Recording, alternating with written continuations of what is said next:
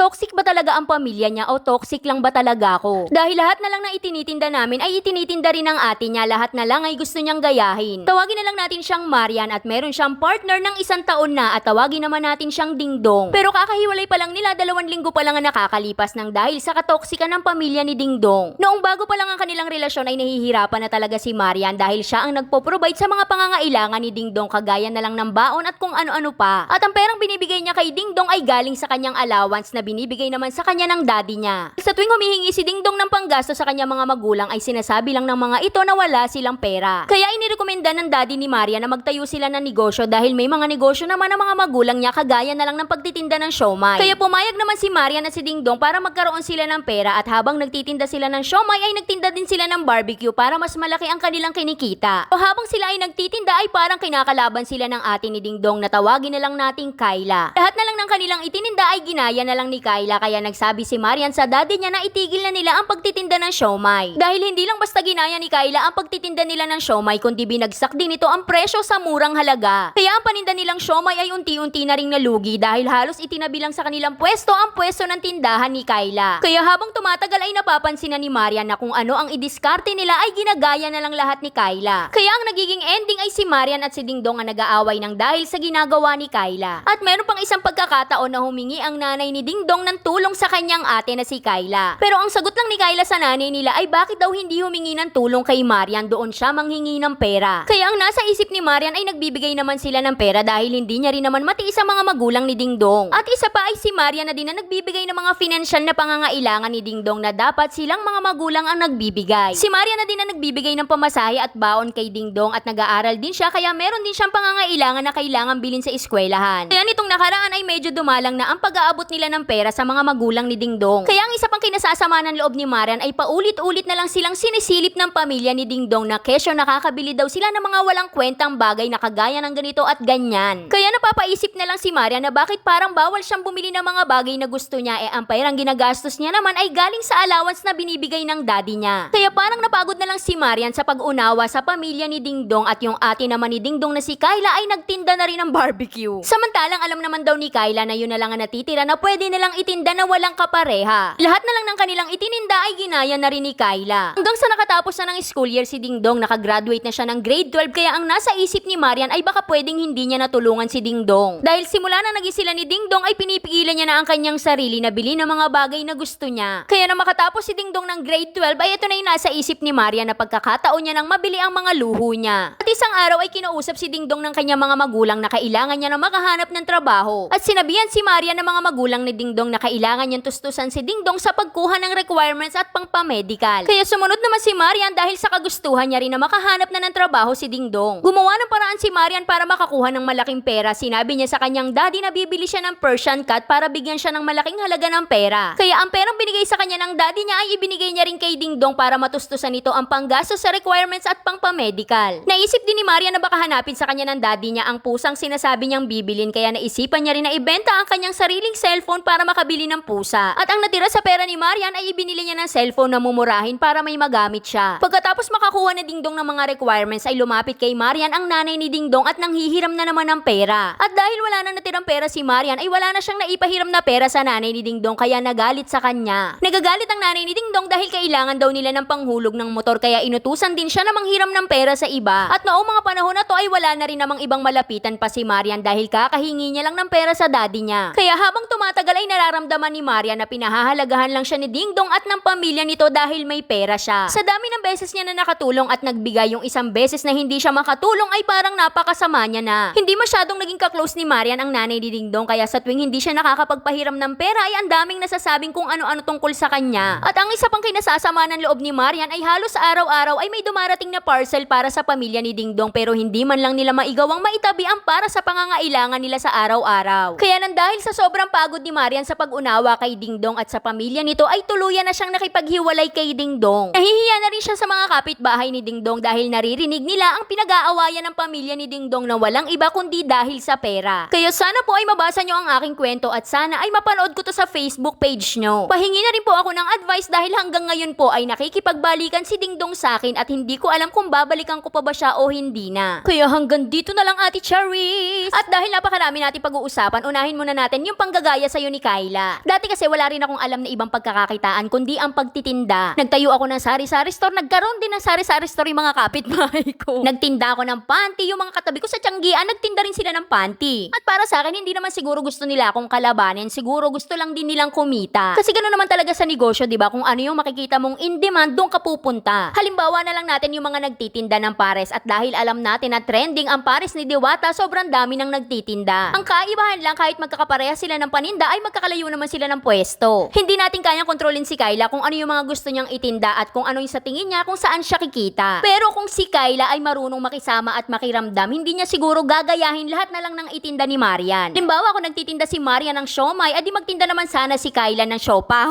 Kumbaga pakisamahan na lang, at least hindi kayo mag-aagawa ng customer at para magka-partner pa yung parehas nyong negosyo, parang tulungan pa yung mangyayari. Kumbaga maiintindihan natin si Marian kung bakit gano'n na lang kasama yung loob niya sa pamilya ni Dingdong, nakakabwisit naman talaga. At para kahit papano ay gumaanggaan ang loob ni Marian, isipin mo na lang na sa tuwing ginagaya kanya ay iniidolo kanya. Malay mo hindi natin alam, palihim ka pala niyang iniidolo pagdating sa pagtitinda, kaya lahat na lang ay ginaya niya. At para naman sa sitwasyon yung dalawa ni Dingdong at ng kanyang pamilya na sinasabi mo na parang pinahahalagahan ka lang nila dahil may pera ka. Meron din kasi mga tao na 10 beses mo man silang tulungan at 1 beses mo silang matanggihan, hindi na nila maaalala yung 10 beses na nakatulong ka sa kanila, kundi yung 1 beses na tumanggi ka. Kaya nasa sayo naman yan kung gusto mo pang makipagbalikan kay Dingdong, pero make sure na kahit papano ay merong konting pagbabago. Yung tipong kahit wala siyang pera, at least makita mo man lang siyang nagsusumikap at hindi niya iaasa lahat sa'yo. Kasi di ba magkaiba yung pakiramdam na nagbibigay ka ng tulong sa kanila tapos nakatunganga lang siya. Dun sa kahit na ikaw yung nagpo-provide pero nakikita mo naman siyang nagsisikap kahit papano para makatulong din sa'yo. O kahit hindi na nga ikaw yung matulungan niya, kahit yung sarili niya na lang o yung pamilya niya. Pero kung nakikita mo na talaga na sobrang kapal ng pagmumukha ni Dingdong na parang ginawa ka niya ng sugar mommy, siguro wag na lang.